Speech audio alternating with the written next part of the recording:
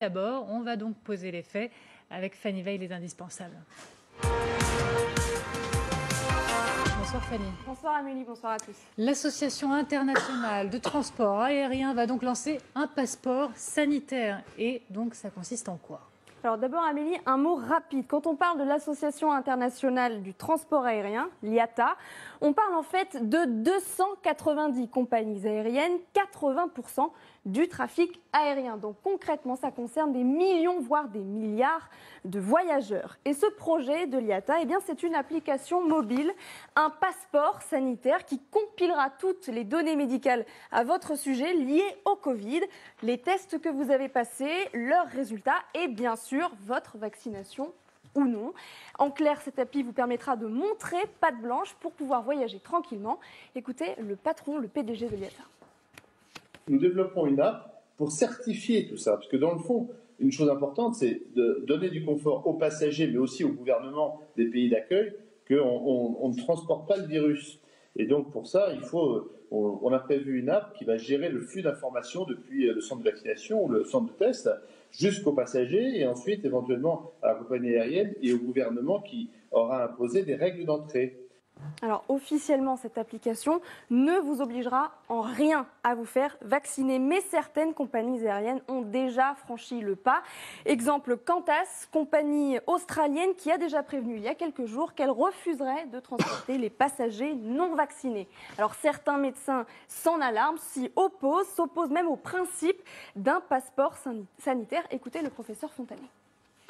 J'y suis pas favorable parce que, 1, ça va être très compliqué. 2, vous allez avoir des faux passeports sanitaires qui vont se créer à gauche et à droite. 3, on crée un précédent qui est quand même grave parce que on est en train de se dire, d'accord, passeport sanitaire pour la Covid, mais pourquoi pas passeport sanitaire pour le VIH, pourquoi pas passeport sanitaire pour etc., etc. Vous voyez un peu le précédent qu'on est en train de créer.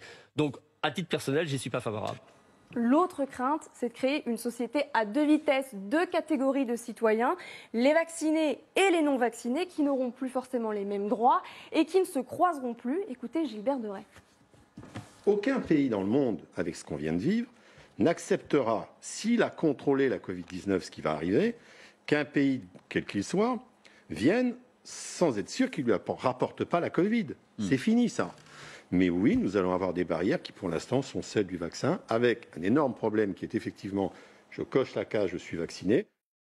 La question qui se pose maintenant, c'est de savoir si ce système de passeport sanitaire pourrait être étendu à d'autres secteurs. Est-ce que, par exemple, un patron peut refuser d'embaucher quelqu'un parce qu'il n'est pas vacciné? Est-ce qu'un restaurant ou un bar peut refuser d'accueillir un client qui ne l'est pas non plus? Est-ce que, pour se rendre à la mairie ou à la poste, il faudra prouver qu'on ne présente aucun risque en disant qu'on est bien vacciné?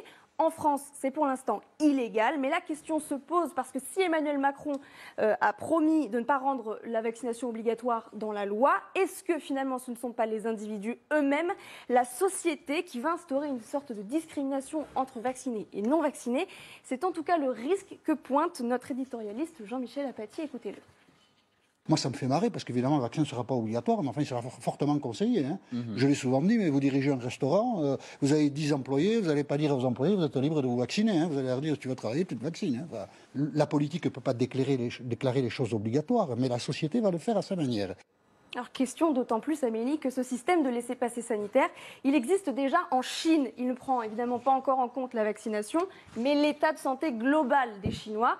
Ce système, c'est ce fameux QR code vert, jaune ou rouge qui témoigne du risque que vous présentez ou non de faire circuler le virus.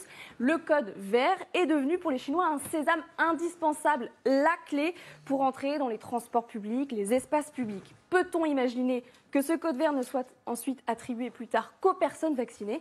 Eh bien, c'est une possibilité. Merci beaucoup Fanny et merci comme tous les soirs aux équipes derrière ce travail.